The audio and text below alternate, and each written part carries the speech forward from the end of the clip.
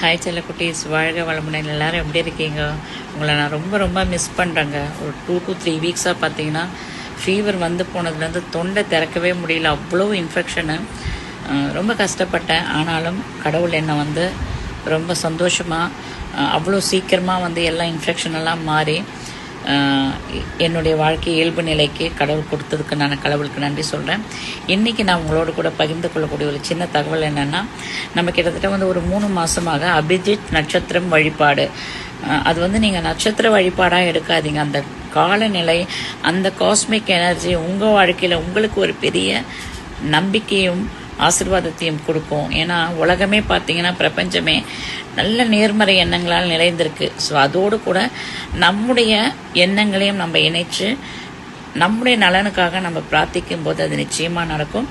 நாளைக்கு பார்த்தீங்கன்னா காலையில், அதாவது சனிக்கிழமை விடியற் காலை 12:10 12:34 இரவு, நடு இரவன் கூட வச்சுக்கோங்க.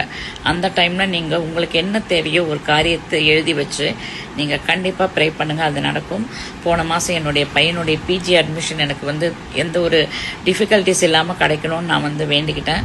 கடவுள் அதே மாதிரி எனக்கு வந்து எந்த ஒரு பிரச்சனையும் இல்லாமல் பிஜி அட்மிஷன் அவனுக்கு விருப்பப்பட்ட அந்த ஒரு கோர்ஸ் எடுக்கும்படியாக கடவுள் வந்து எனக்கு உதவி செஞ்சார். நான் ப்ரேயர் பண்ணேன். நம்ம சின்ன சின்ன நம்பிக்கை தாங்க நம்ம வாழ்க்கையில் நம்மளை மேன்மைப்படுத்தும். ஸோ உங்கள் சகோதரி நான் சொல்கிறேன், நாளைக்கு உங்களுக்கு என்ன தேவையோ உங்களுடைய ஒரு காரியத்தை அந்த 12:10 12:34 அந்த துளிகளில் எழுதி வச்சு போன சொல்லுங்கள். கண்டிப்பாக உங்கள் வாழ்க்கையில் வெற்றி நடக்கும். அடுத்த அபிஜித்துக்குள்ளே உங்களுக்கு அது நடக்குங்க.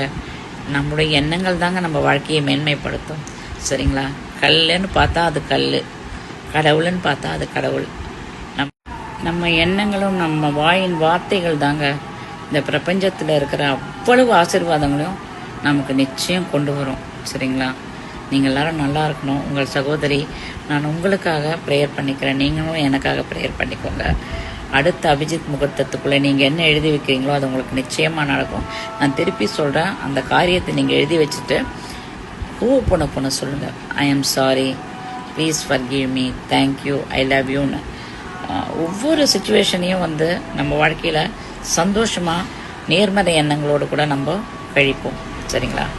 வாழ்க வளமுடன். நாளை காலை வழக்கம் போல் உங்களோடு கூட என்னுடைய சிறு சிறு கருத்துக்களை நான் பகிர்ந்துக்கிறேன். வாழ்க வளமுடன்.